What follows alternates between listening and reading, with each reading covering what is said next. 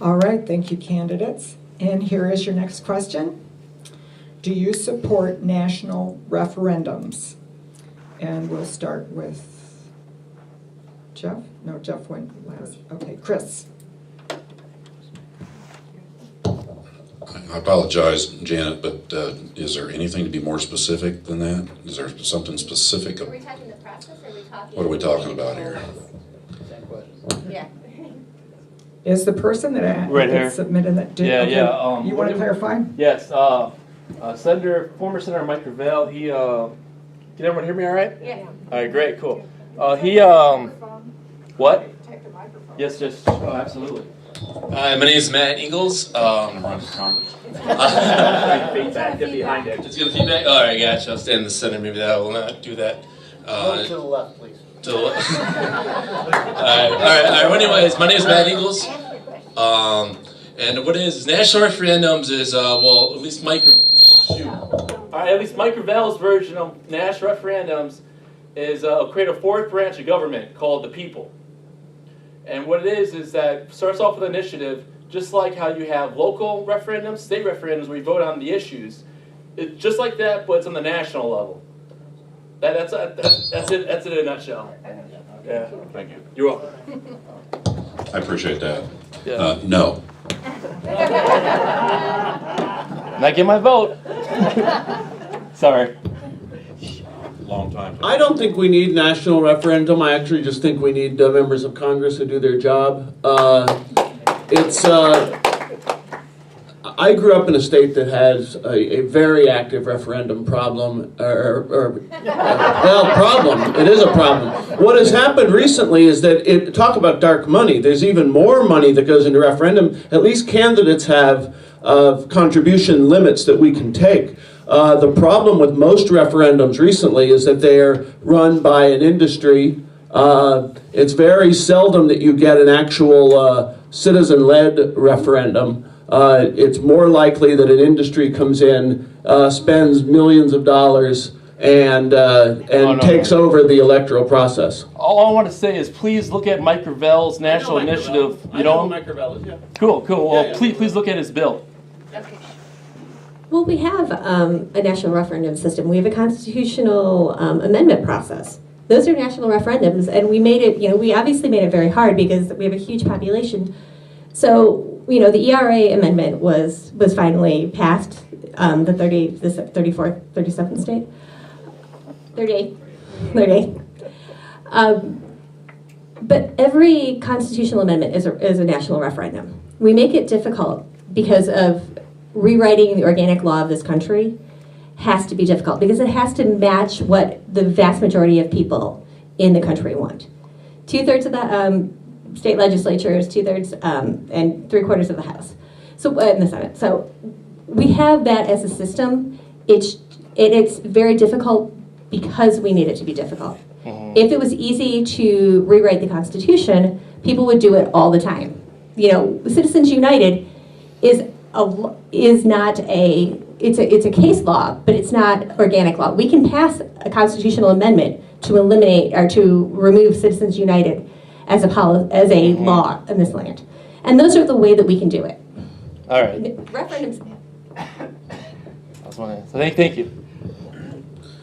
Okay, so I would say I would agree with most of the other sentiment up here. I would also add that one of the things that I find concerning about referendums, at least as they exist right now, is how some of them are worded in their titles. It's almost a guarantee. It's almost a guarantee that whatever the title of the referendum is, it means the opposite, the exact opposite of what it says. Doesn't matter which side it comes from. It's almost has become a matter of deceit. Rather than a matter of principle on those referendums. Now, that's not a problem with the referendum process, the process itself, but just pointing that out there. But again, I agree with the other members of the panel here that in general, we do have a way of instituting such things through the Constitution. We've been given the ability to do that. But that being said, when I look at the mess of what referendums can be at the state level, I almost shudder to think of what they could become at the national level.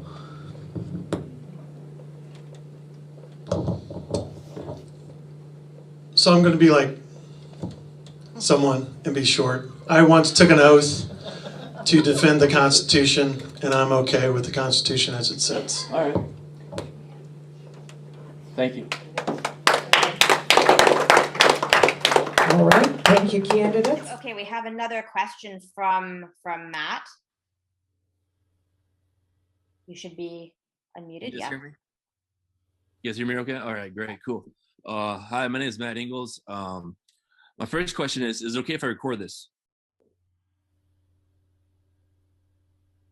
I can't hear you. Right, I'm sorry. It's being recorded by the festival, so they'll probably put it online afterwards on YouTube or something. So they're recording it. Okay, cool. Access it from there. Yeah. Okay. Yeah. All right, nice, very nice. And my question was what do the three panelists or anyone else that has anything else to add to this? What do y'all think about recalls in addition to citizen referendums and citizen initiatives? I'll start and say that if I had my dream, and because I said I was a Swiss citizen, and when Neil, you talked about the Switzerland being one of the few countries that approaches something that resembles real democracy, I would love that the Votes app on a periodic basis, and let the voter decide or let the community decide, receives a ballot. And on that ballot are a bunch of questions. And I, the citizen, get asked questions before the representative votes. Sorry, can you clarify yourself there a bit, Philip? I just wondered, do you mean you, the citizens, the constituents vote first and that influences how the representative votes, or? It could dictate depending on the rules that we, the community, decide to establish. But I would like to get to the point that we truly get to a true democracy like in Switzerland, where a change to the law is not done by some representative who's going to lunch with some lobbyist, but is done by me, the people. And I would suggest we, the people, being the preamble to our Constitution, kind of wanted to take us there. But the reality is you need a representative body. Even Switzerland recognizes you need a representative body because it's a big problem to manage. And I wouldn't want to be sitting there having to vote on should we send missiles to Ukraine. I'd rather my representative body do that. But I'd sure as hell like to be able to participate in should we have a $757 billion defense budget. Okay, great, interesting. Now, Kadri, you guys basically reduce the amount of time you waste standing in line and going through the process. And we think about big cities, and I'm a New York, London, Brussels person who's had to deal with large size communities. You're sitting there going, if I can do that from the comfort of my home, and Matt, please stop rocking. I'm getting seasick. I want to interject. What do you think about a general strike or direct democracy as ways to help improve the world in that regard?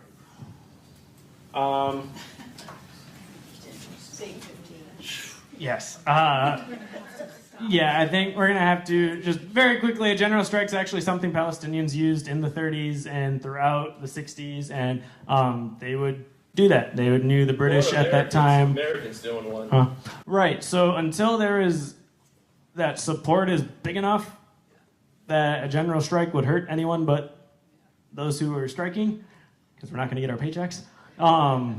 It's not. Mutual aid, you know what I mean? Like, you know, like the UAW. If you got 99% of the country, 98% of the country to sign on and do it, I'll lead the charge. I'm there. But right now, talking about it, why I keep saying that is because that's how we get there. That's how people find out about what's happening. That's how people understand the situation. And I really think once more people get to that point of understanding and, you know, saying no ceasefire, no vote, saying this is something that matters, that we're watching a genocide happen and we're paying for it. You know, we'll see the politicians' tunes change very quickly, and they'll come out as being against it the whole time. What about direct democracy? Cool with that? We need to. Yeah, so I think we'll be